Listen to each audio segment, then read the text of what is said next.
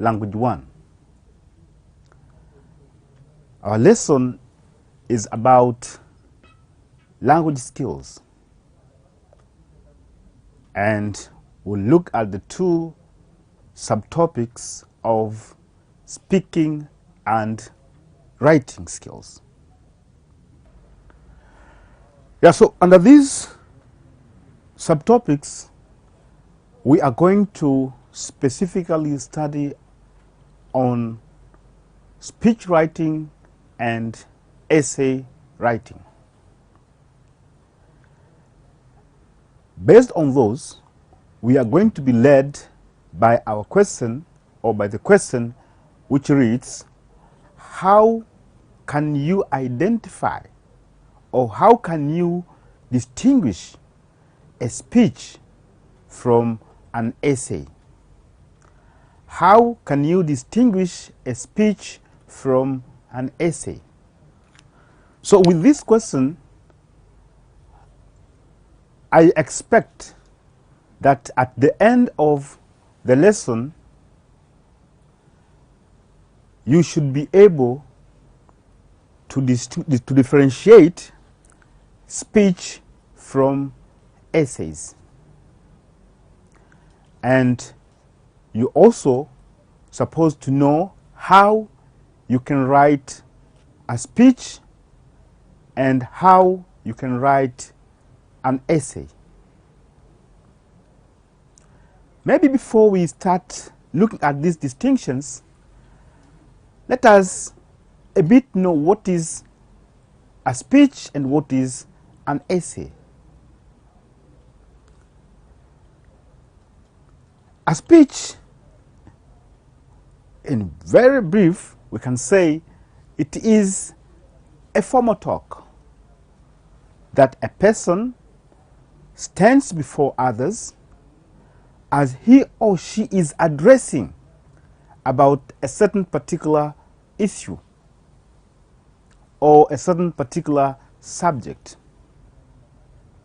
But again, it should not be confused that a speech and a lecture, there are two things which are different.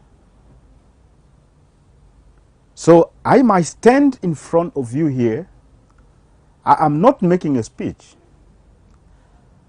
At the end of this class, as I say, we'll be able to differentiate a speech from any other talk, and which, in this case, you need to be able to use those and see how best you can write a good speech. So an essay is just a writing, or it could be a creative writing, or sometimes you can be guided to write some certain presentation. So how to develop a speech? For a person to write a good speech, the first thing he or she has to do is to make sure that he or she has read and understand the subject that he is going to present. So when you have the content of the subject, that is when now you try to look at what are the aspects that a person has to follow to make a speech. So with these aspects, there are the things now that they are going to make the differences between a speech and an essay. Here we go.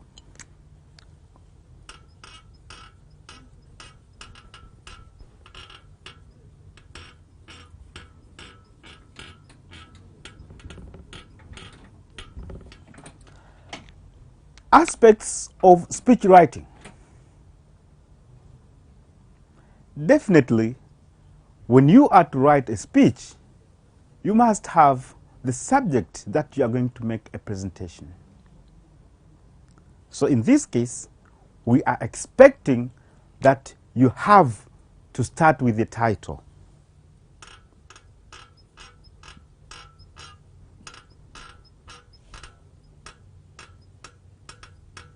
you have to start with the title, or they sometimes call it heading.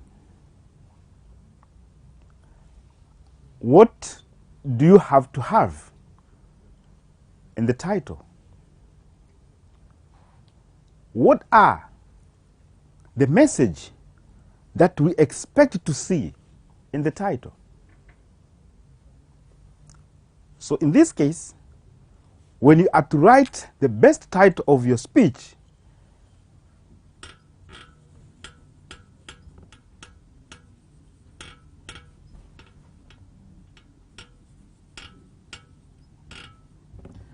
you can develop those 3 WH words: what, when, and where. As you are answering those questions, you'll answer a question of what is it that you're talking about? So in simple language, what is your speech about? When answering a question of when, you'll have to talk about the day and the date when the speech is going to be delivered. And finally, you need also to locate the place where this speech will be presented. And that you have covered about the first aspect. The second aspect of speech writing is the audience identification.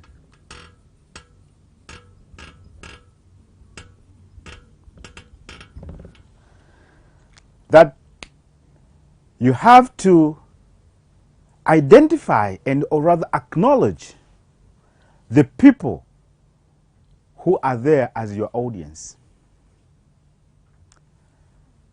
This one will depend on whether these people are in groups and or as individuals. In this case, we'll have to identify these audience by looking at their status. Those whose their statuses are higher, they'll be ranked first.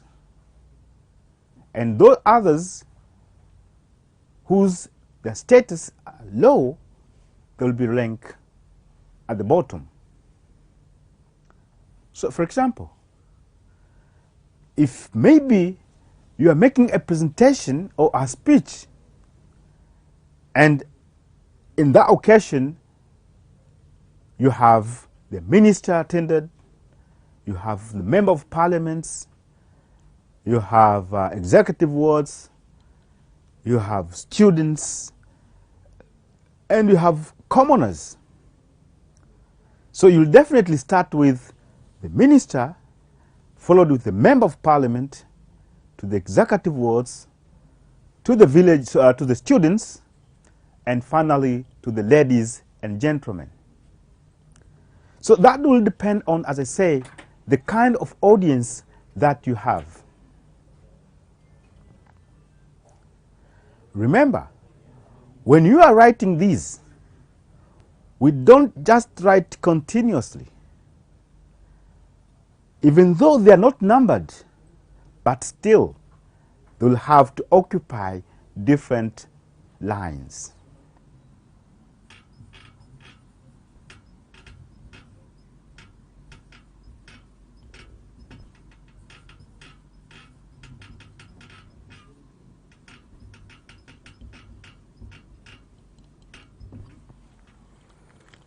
So this is the way your audience have to be written in your presentation. Even if the space on your paper is enough for you to write another audience, but because of their different status, each line should be occupied by an audience depending on his or her rank. So you cannot include a minister and let's say these executive wards or students in the same line, because otherwise they'll look as if they are in the same status. That is the reason. Just after audience identification, you have to greet them, because now you are going to communicate to them. So you have to greet, you have to salute. That will depend on which time the speech is going to be made. But we are advised that our greeting should be very, very common. We should not make a greeting that isolate other groups. Like, for example, if you're a Muslim or you're a Christian, making a greeting that segregate other group, that one in speech presentation, because you don't know the kind of audience or the participants that you have, those whose their greeting might not be used, they'll see like they are not wanted. So let us try to make greetings which is common and it accommodates everybody. But if, of course, you want to use those, then you have to use all of them. Like sometimes our former president, Mr. Honorable Benjamin Mkapa, used to greet his citizen by starting with Assalamu alaikum, Bwana Yesu asifiwe, tumsifu Yesu Kristo, and he finishes by mambo. So you find it accommodates all the people in that particular presentation. That is aspect number 3.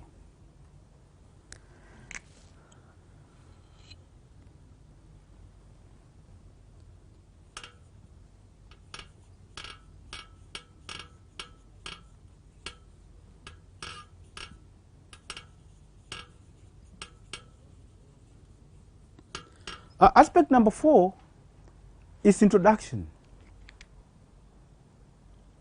So at this point, you'll need, first of all, to introduce yourself,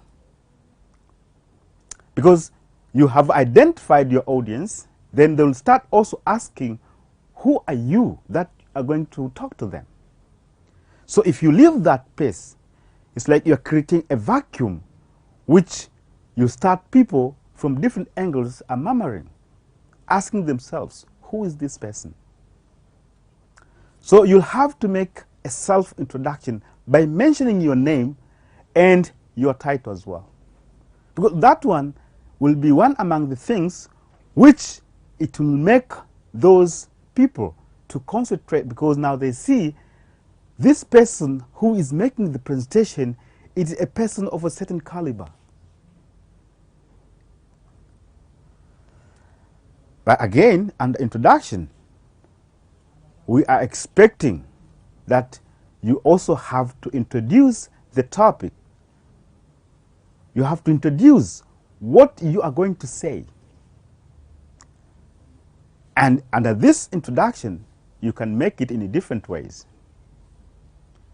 You can make it direct, and or you can make it by telling them what is your objective. That at the end of this presentation, what do you want them to achieve?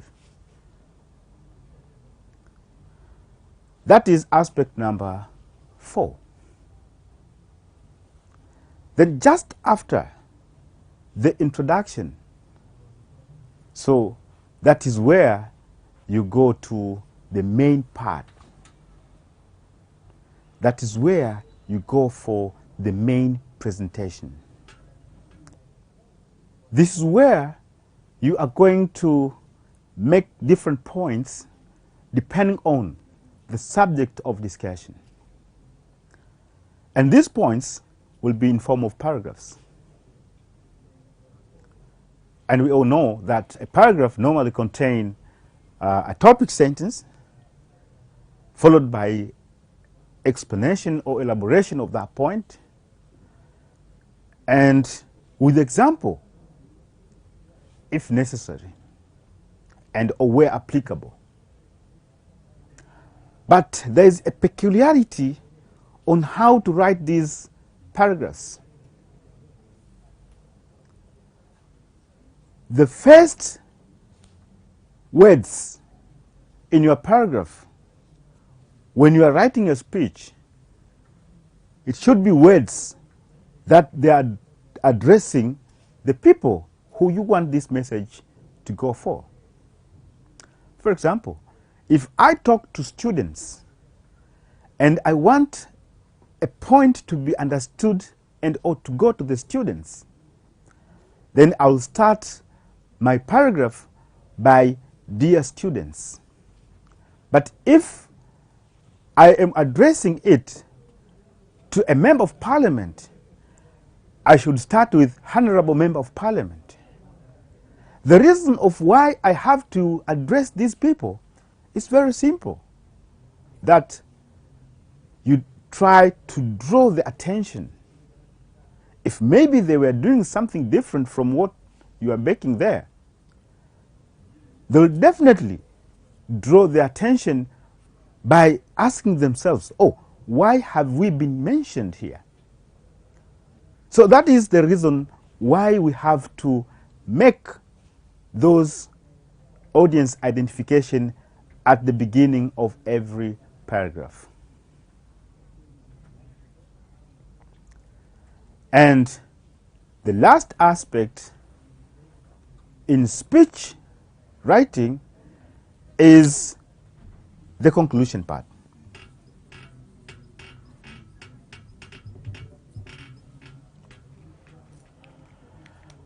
The conclusion in speech writing, there are 3 or 4 things that you can put there. The first thing under conclusion, you should try to summarize the area or the content of your speech. But just after that, you have to give what we call thanksgiving. You know, people have wasted their time. They might have different other tasks to do at their home or at their working places, but they have left everything just to come and listen to you. So actually, to show civilization, that you have to make, or you have to give a word of thanks by them being attentive and leaving whatever they were doing.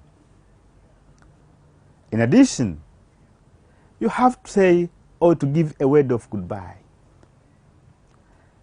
giving them a well wish as they go back to their home, or as they go back to at the working place, or to resume their other routines. And with that, you'll be done with speech development. Now, as we said, we want to be able to differentiate or to distinguish a speech from an essay. We have just finished seeing these aspects of speech writing. Let's go on the other side of how can we develop essay.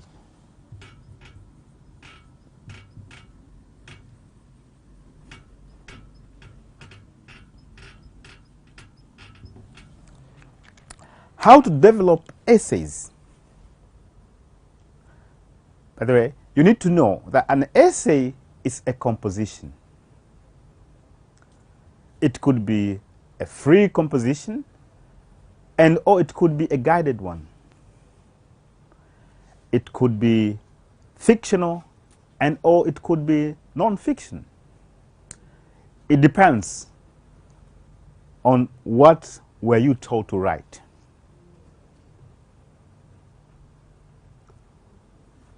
An essay, most of them, I said most, not all, most of them, they are said to be having 3 aspects. The first one is introduction.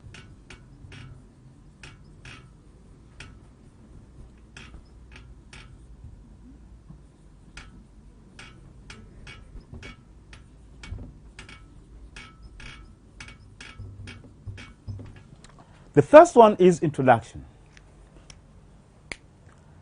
The second one is content. And the last part is conclusion. As I said, most of the essays. But there are some other essays that they have an additional element or an additional aspect, which is the title or the heading. So when you come across with an essay having or starting with the heading, you don't need to be confused saying, what kind of an essay could this be? Now, what we have to have under introduction. Normally, under introduction, this is where the writer is going to introduce what he or she is going to say in his main part. And under the content area, we are expecting to see the points being developed, trying to describe what a person has been asked to do. And in conclusion, all what you're going to write could either be the summary of what you have said, and or rather the opinion of the writer. And it depends on the kind of an essay. One can as well give his point of view on how he sees that thing. Now, those are the things that a person has to use when he or she wants to develop an essay. Now, as long as our question wants us to distinguish and end of the day being able to write a speech differently from an essay, based on this explanation, you are obviously going to give me and tell me how an essay can be distinguished from a speech.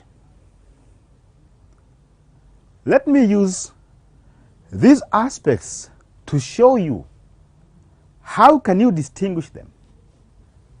A speech has to start with the title, which under essay writing we have seen only some few kind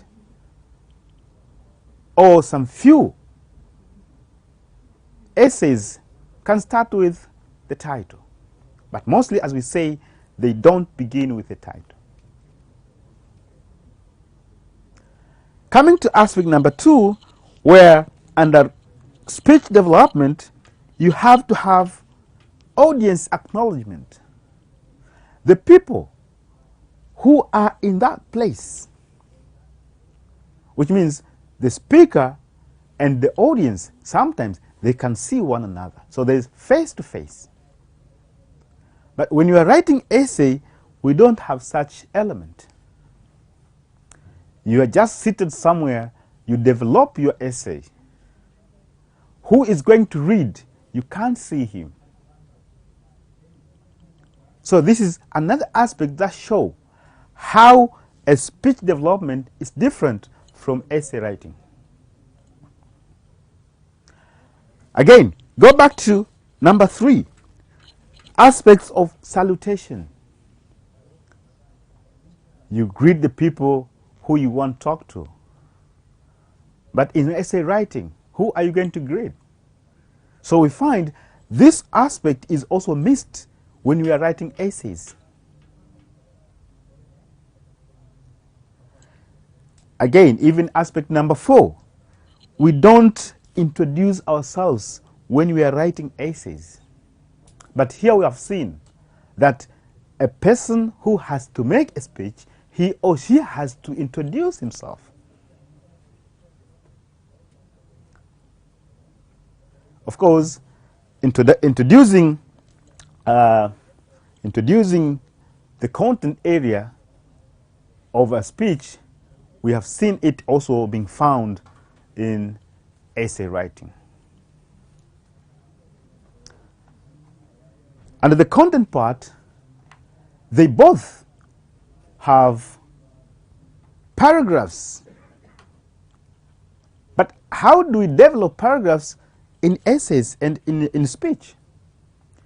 We said the time when you want to start a paragraph in your speech development, you must at first identify the audience to whom you think this message is for. As I say, for example, if I'm making a speech to you, I'll definitely start by, dear students, then I go ahead with the other point that I want to make.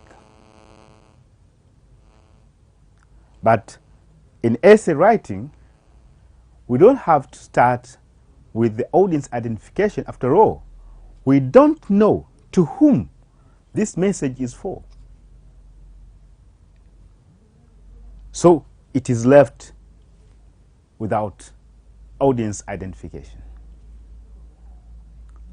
And the last thing that shows how speech is different from essay,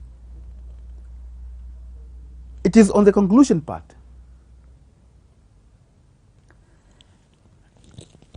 Under speech development, remember we said the conclusion, it has some certain items, like, for example, you talk about making or giving what we call thanks to the people who are listening. And also you have to wish them as they go back home. But under essay writing, we don't give those. We just either summarize and or we give our own opinion. So in that, under the conclusion in speech development, they share that.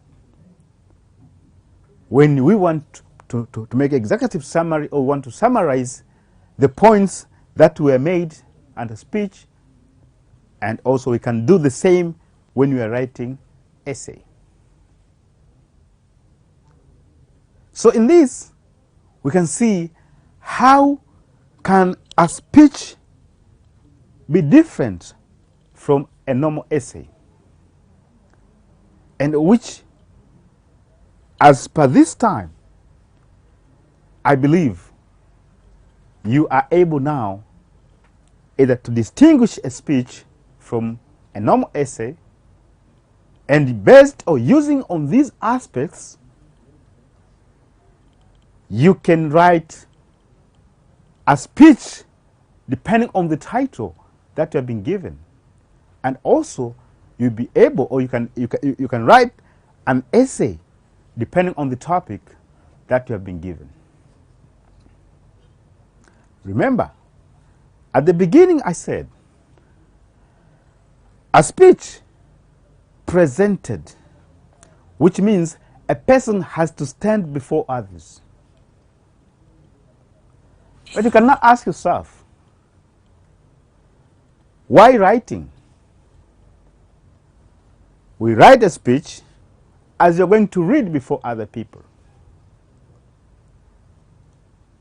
Of course, it's not that you're not allowed to read, but we are advised when we want to make a speech presentation, we need to own the speech, so that not all the time you should be making references to your guiding notes. So you'll need at a time to have an eye glance on a point that you want to present. You don't have to read everything that you have written. So in this case, I want to draw you back to a review case of there are things which are written, but actually they were not meant to be written. It has been prepared, but its intention is to be read before other people. But in simple language, a person has to go and talk to the people. You talk on the things that you know. So one of the very first things for a presenter is for him to have well prepared And not only being prepared, also to make a practice. So you prepare yourself, you practice on the way how you're going to present, and when you are on the audience now, that is when you have, in most of your time, face your audience as you deliver the speech. Definitely, you need also to be confident. And this confidence comes only when you practice. Because if you don't practice to stand in front of other people, it's very difficult for one to build a confidence. Another thing is you have to use an audible sound or voice. Try to look at the environment where you are, how big it is, how crowded the area is, and try to see how you can make your voice moderate so that people can hear.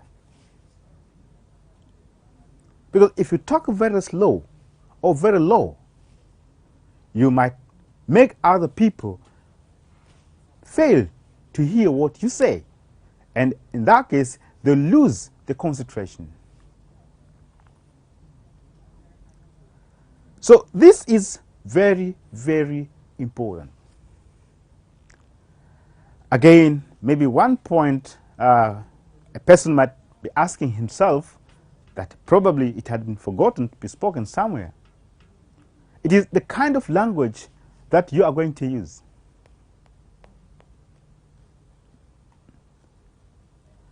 The language that you'll have to use, make sure it is or it contains common core vocabularies.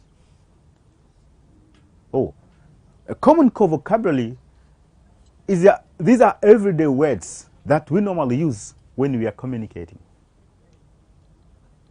Which again, of course, it depends on the kind of audience that you have. If it is a mixed kind of an audience, then that's where I say use a common core words. But if you're talking to children, let's say, again, you have to look at the language that will make those small kids understand what you are presenting to. There is a great disadvantage of a person using a language which is not common or is not understood to the audience. Because one, his or her message won't be sent. Or it might be sent but not delivered. But again, those people, they will not be able to continue listening. They'll start making other things of their own. That's why we say you have to use the language which is appealing to your audience. Yeah, based on our discussion about speech writing or speech development and essay writing or essay development, let us now examine the questions before you. The first question reads, imagine that you are the tour guide in the Ministry of Natural Resources and Tourism. You have been asked to advertise the tourist areas in Tanzania. Write a descriptive essay about the beauty of tourist areas in Tanzania. That's the first question. The second one reads, imagine that you are the Member of Parliament of Kilosa Province. You have been invited as a guest of honor to mark WHO's Day, World Health Organization's Day, in your village. Write a speech about COVID-19, explaining the symptoms and how it is spread. And the last question we have there is, imagine that you have been invited in a nearby school for a debate competition. Your school has been asked to oppose the motion which states COVID-19 is as a result of globalization. As a principal speaker, argue against. Based on the skills that I have provided before, if I may, to help, I could simply direct you by saying, the first question, it needs you to write an essay. And from the description I gave you, that this is one of the essay which is going to bear the title. So it will have a title, and the rest of the other remaining parts, as we discussed, things like introduction, content, and conclusion. But remember, the title of your essay, it should be the tourist areas in Tanzania. So in this case, again, I have left you free. I could have added saying,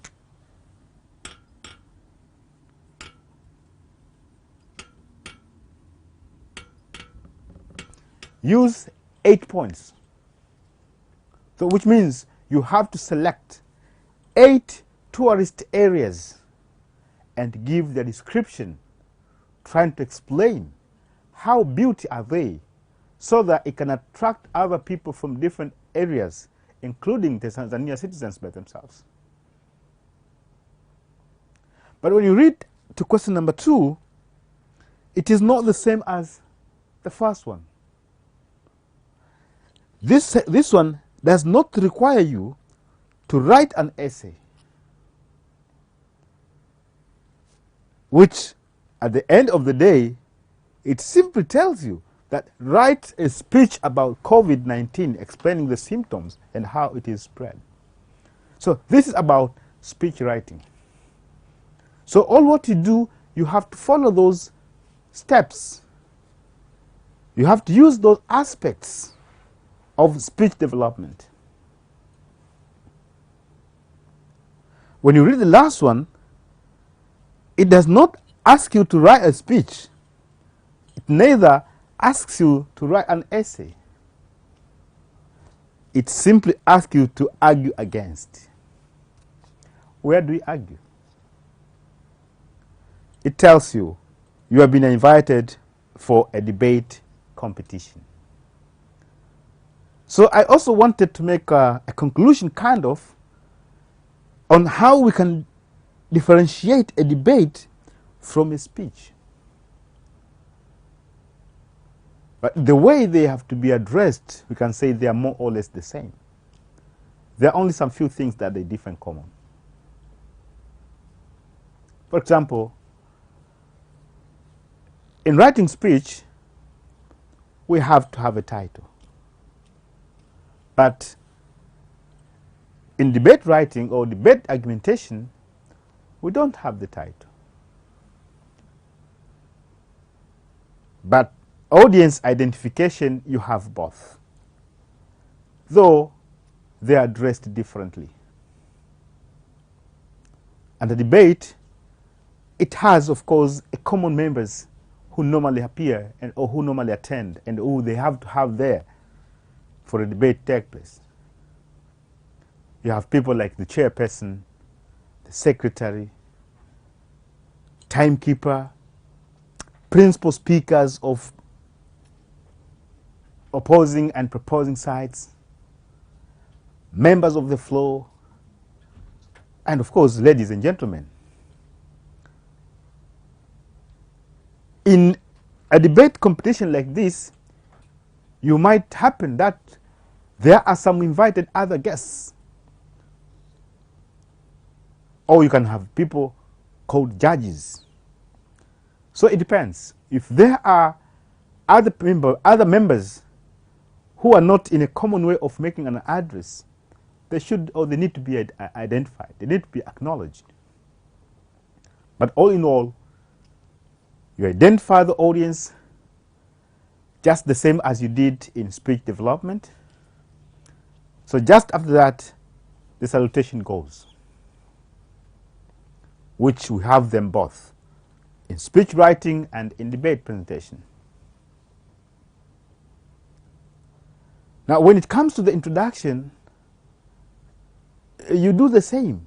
You introduce yourself under speech and you introduce your title.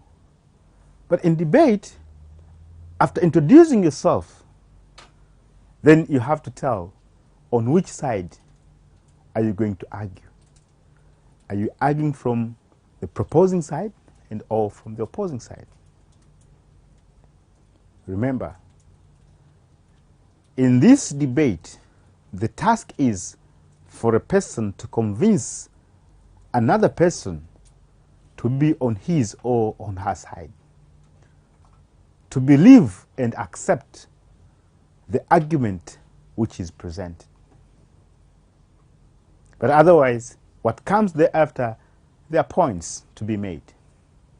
So the way you address is the same way you're going to address when you develop a speech.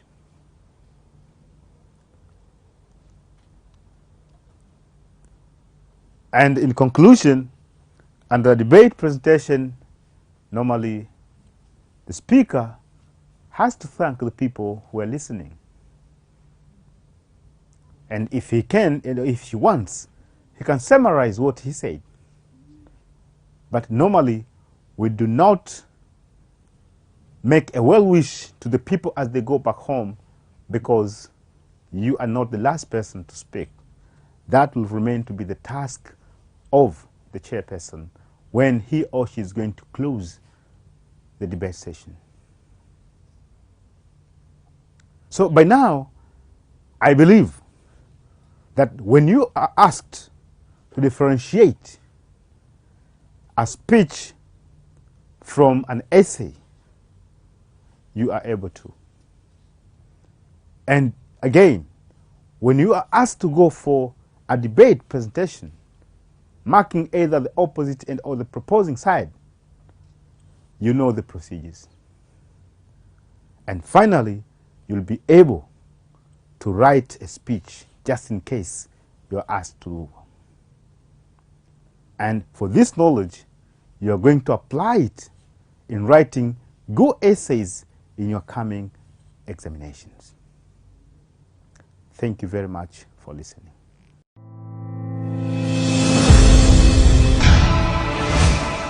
Kipindi cha Darasa Online kimeletwa kwenu na Chuo Kikuu cha Sauti Mbeya.